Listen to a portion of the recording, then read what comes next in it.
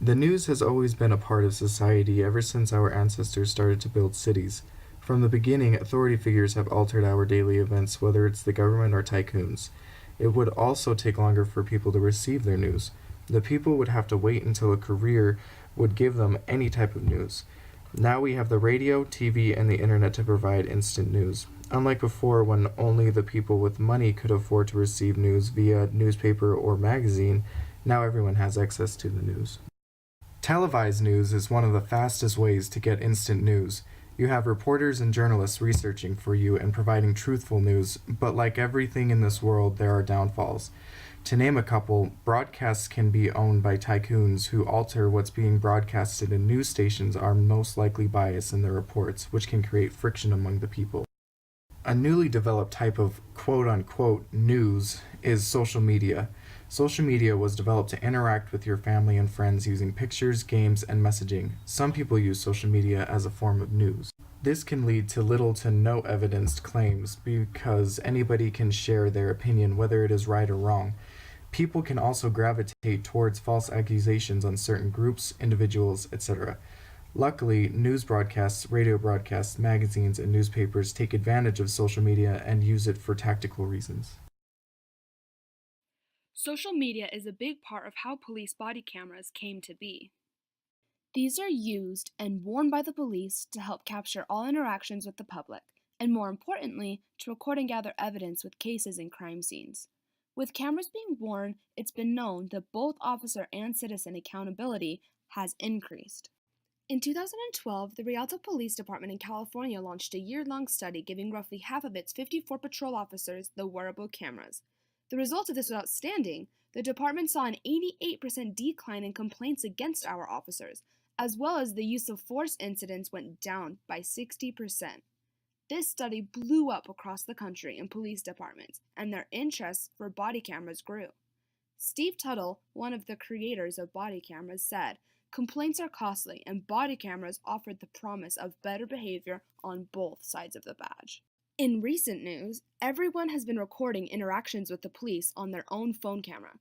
Oftentimes, when the video hits mainstream media, you have the video and nothing else, which can create an information vacuum regarding missing facts. Many times, you find out the facts, as they were first reported, were wrong in some way, and at this point, it's too late. It's almost impossible to correct the narrative once it's been created. The cameras are helpful. They can be a blessing and a curse. You see everything the camera sees, and it only shows you what that particular lens is showing you. It's good to have the cameras because it'll show what happened and not just what the officer and the potential victim are telling you. To conclude, body cameras have only just begun, and they will only grow from here. They are able to honestly show what happened in any situation. Most of the time, police or victims will lie or try to alter what happened. These are good times to have footage. Having an outside view, such as a cellular camera from a slightly different angle or a little further distance, can help the situation, but when the videos are posted, they can be taken out of context, which is why you have to be careful when reading and judging social media posts. Related to the effect of the media with police body cameras is the effect the media has on criminal trials. To examine one effect they can have, let's step back about 50 years to one individual, Irvin, whose criminal trial became unconstitutional as a result of information spread by the media. So here's what happened. Irvin is arrested and scheduled for trial, suspect for 6 murders. Following 2 appeals by Irvin's lawyer to change the location of the trial, the first of which is accepted, Irvin is tried, convicted, and sentenced to death. He appeals his case. Nearly everything is normal except for one thing. Why did Irvin's lawyer make the appeal to change the location of the trial? The answer is found in the bias of the jurors, facilitated by the media. Newsreels have been broadcasting every detail that they knew, and as a result, Irvin's jury would have known that Irvin had been convicted of previous crimes, he had been identified from a police lineup as the murderer of the 6 persons, he had been placed at the scene of the murder, he had confessed to the 6 murders, and he had offered to plead guilty in return for a 99-year sentence. Now think about how this knowledge given to the jurors would affect the outcome of the trial. The jury thought he was guilty before the trial ever started and before he could defend himself. Half were dismissed from the initial group because their mind was already set, and those chosen admitted to thinking he was guilty. The Supreme Court ruled in Irvin's appeal in his favor that his trial was unconstitutional. Today we are immersed in information, but that information can be a blessing or a curse. We're going to talk about how the legalization of marijuana has affected our society and what this means for our future. To continue talking about crime, we'll take a look at Colorado. The number of arrests made for possession of marijuana have fallen by 46% between the years of 2012 and 2014. Also, the Colorado State Patrols have reported that DUIs with marijuana as a factor have dropped slightly by 1% between 2014 and 2015. Also, what may come as a concern to many is that nearly one-third of young adults report the use of marijuana in the last 30 days, and fatalities for drivers who had THC in their systems has increased by 44% from 2013 to 2014.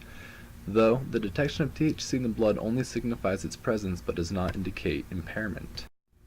In regards to taxing, marijuana has posed a problem. Historically, excise tax has been a fixed amount regardless of the retail price, but because marijuana can be purchased as a cigarette, an edible, a drink, or a vapor, all with different concentrations of THC, many states have opted to incorporate percentage-based excise tax. That takes a percentage of the retail cost of marijuana being sold. The table included provides an in-depth look at the current marijuana taxes by state. Unfortunately, because this is a new field of study, there is a lack of historical data to draw on. Like many have said before, it may be too early to tell what the full effects of the legalization of marijuana may be, and that has to do partly because the reporting of the usage hasn't always been accurate due to the historical social stigmas associated to it. What we do know is that many health professionals caution the use of marijuana, citing future health risks such as breathing problems. Marijuana smoke irritates the lungs, and frequent marijuana smokers can have the same breathing problems that tobacco smokers have. These problems include daily cough and phlegm, more frequent lung illness, and a higher risk of lung infections. Researchers still do not know whether marijuana smokers have a higher risk for lung cancer. I am going to talk about how our view on pollution is skewed by the presence of the media. The media has a tendency to only tell you what is wrong with our country in terms of pollution.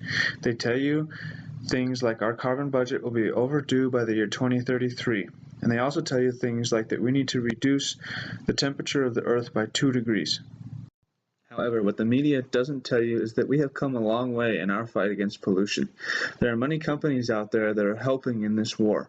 Companies are producing more efficient cooking stoves and also producing filters to put on diesel engines.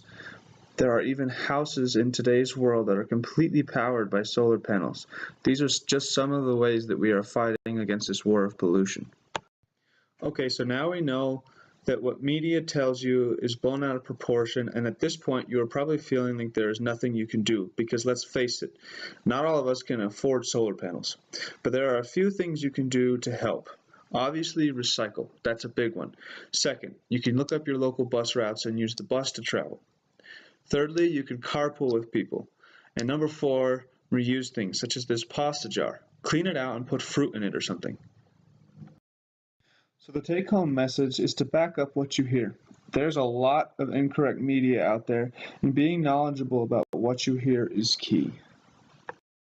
One of the biggest ways we create pollution is through burning fuel, and a lot of that fuel is burned in the military. So I've chosen talking about misrepresentation of the military and the media. So the Vietnam War was a great example of this. During this war, the media definitely portrayed the war more of a negative side. The news, they misrepresented not only a lot of the topics and things that happened there, but they also misled and uninformed the American people. So a lot of the times during this time they didn't have as many sources as they do now.